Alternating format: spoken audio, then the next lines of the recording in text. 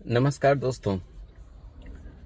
बिहार में एक बड़ी आपराधिक घटना घटी जिसके कारण पूरा बिहार उबल रहा है और डर है कि कहीं ना फिर से यह जात पात का संघर्ष शुरू न कर दे।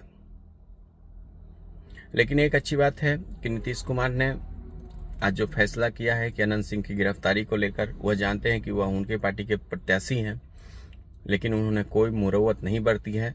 यह तारीफ करने योग्य है। लेकिन सबसे बड़ी बात है कि चुनाव आयोग क्या कर रहा है। लग ही नहीं रहा है कि चुनाव आयोग करवा रहा है। उसकी दखल ही बहुत कम दिखाई पड़ रही है।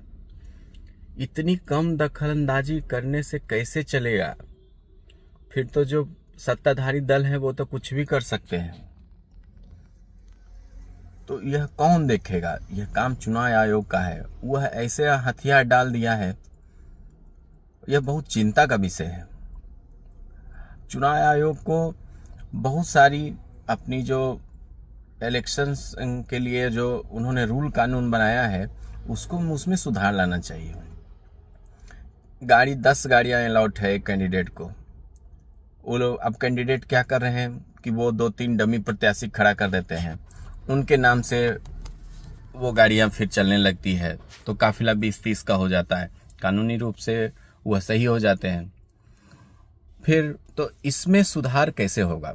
इसमें सुधार मुझे लगता है ऐसा करना चाहिए कि उनको एक कैंडिडेट जो 10 गाड़ियां हैं उनको नजर रखनी चाहिए कहीं दूसरे कैंडिडेट का भी गाड़ी एक साथ तो नहीं चल रहा है, डमी कैंडिडेट का। तो इससे क्या होगा कि गाड़ियों पे प्रतिबद्धता होगी।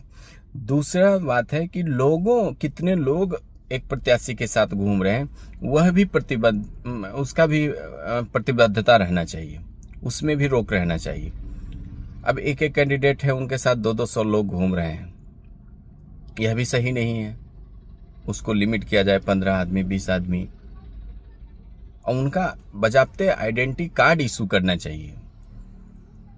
नहीं तो पता ही नहीं चलता है। एक पेपर दे दिया जाता है कि गाड़ी आपके नाम से है, लेकिन लोगों को पता नहीं चल रहा है कि वह गाड़ी किसके नाम से है। उसमें कुछ ऊपर निशान नहीं है, कुछ पहचान नहीं है, तो आम लोग तो समझ नहीं पाएंगे, अधिकारी भी नहीं जान पाएंगे।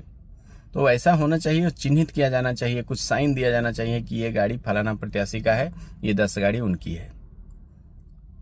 और तीसरा चीज है कि लोगों की प्रतिबद्धता के साथ साथ कि हाँ, एक कैंडिडेट के साथ इतने लोग ही घूमेंगे।